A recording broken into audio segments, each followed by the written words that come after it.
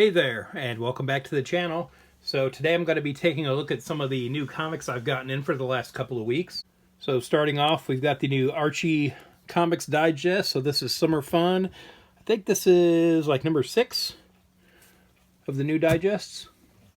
Then we've got Absolute Batman number 19. So this is introducing the Absolute Scarecrow in here. Then we've got issue 1108 of Detective Comics, continuing the new story with Green Arrow and Black Canary. Then we've got part 3 of Batman Year 2. So these are the facsimile editions of Detective Comics number 577. So I got the regular cover, got the shiny metallic cover, and I got the blank cover. And yeah, I do really like these blank covers, just having sort of the title and then the red background on here. I think some artists are going to do some really cool things with these. Then I got the latest issue of Harley Quinn. This is number 61, yeah. And so I got this because it's, Gilliam March doing a homage to Absolute Batman number 1. So we've got Harley kind of wearing an Absolute Batman suit with like the huge shoulder pads and that kind of thing, and kind of the belt hanging loose. So I thought I'd get this one. Then I've got another facsimile edition. And so this is World's Finest number 195. And so this is a book I'm looking for, and this isn't that hard to find. You can find this book relatively easily, as far as World's Finest back issues go. But I think this was printed mainly because of the crazy cover. So we've got Superman and Batman here, kind of forcing Jimmy and Robin to dig their own graves. So yeah, I don't really know what the story is. I think this is just crazy Golden Age kind of stuff. But again, I don't have this issue yet, and this is one I'm looking for. I'm trying to put together the first volume of World's Finest, even though, yes, I understand a lot of those older issues are out of my price range and I will never own them. So I got this. So again, like the Detective Comics, I got the regular cover, I got the metallic, and then I got the blank cover. And again, real nice kind of idea here of just having the title treatment at the top and just leaving it blank underneath. And we do have the regular cover underneath too if you pick up the blank. Then kind of moving on to some of the next level stuff. I've got Batwoman number 2, and Lobo number 2, and Deathstroke the Terminator number 2. And so yeah, I got the Dan Panosian cover on this one. I haven't been a big fan of his work, but some of the stuff he's doing lately I really like, so I wanted to go ahead and pick this one up.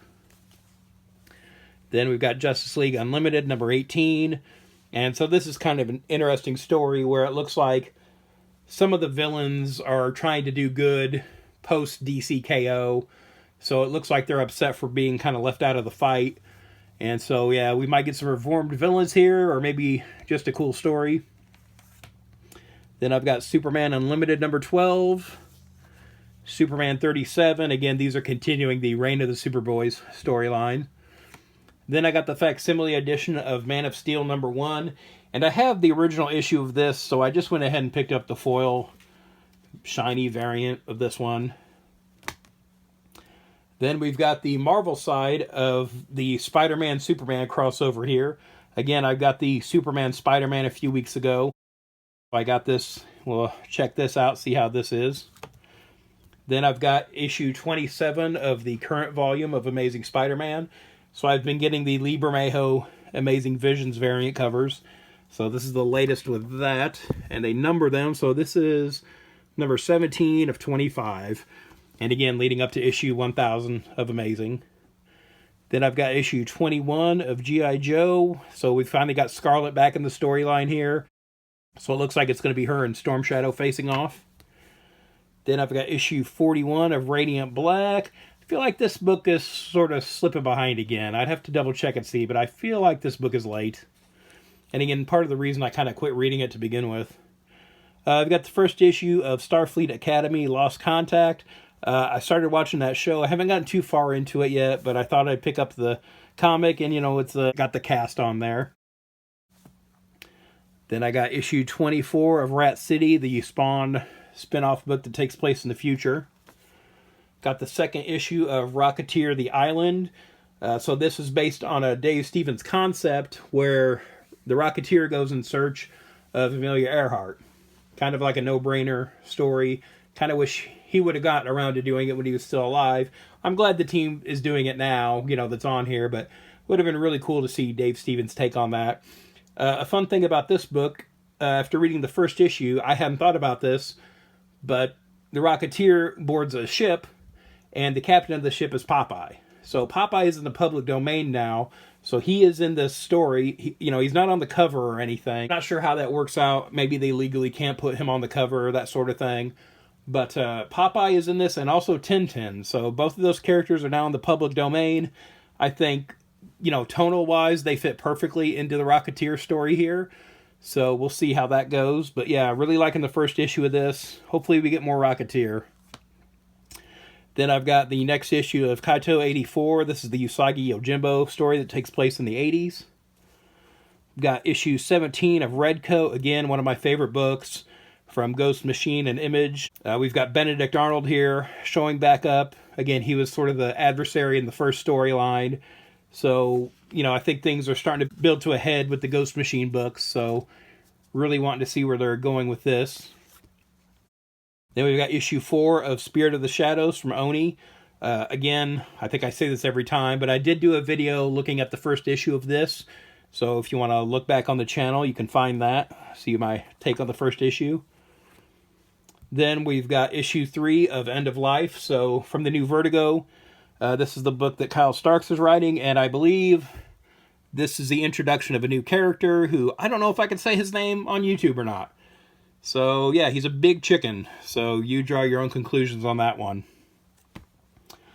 Then also from Vertigo, we've got the 3rd issue of The Peril of the Brutal Dark, an Ezra Kane mystery. Again, this is just more like straightforward, old school detective story. I've read the first couple issues. I really like them. I really like the art in this by Jacob Phillips. Really like this story. This does feel like a mini-series, so I'm hoping, fingers crossed, this book is successful enough that they get another go at this. So I don't know that I necessarily need a monthly, but I would take a series of mini-series of this, kind of old school detective stories. Then I've got issue 6 of American Caper. And again, the big selling point on this book is that it is written by Dan Houser and Laszlo of Grand Theft Auto fame. So yeah, this is kind of holding me over until GTA 6 hopefully drops this year finally. Then moving on to some horror books, we've got the latest issue of Catacomb of Torment. So this is number 10 from EC. And then the 3rd issue of Monster and the Wolf from Mark Spears. Again, I'm a big fan of his monster book that he does. I got the first issue. That was, the big blind bag craze a few months ago.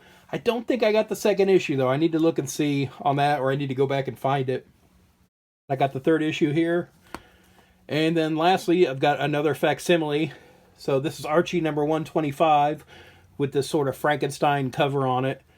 And I don't know, I guess I haven't really said in this video, but, a facsimile reprint is just like the comic was originally printed back in the day. So it's got all the old ads and, letters column and that kind of thing. So that's what a facsimile is, if you don't know what I'm talking about. But yeah, so that's everything I got for the last couple weeks of new comics. If you get anything good, let me know in the comments below. And thanks for watching. If you'd like to follow me on social media, I'm on Twitter/X at Detective651. Also on Instagram at Detective651.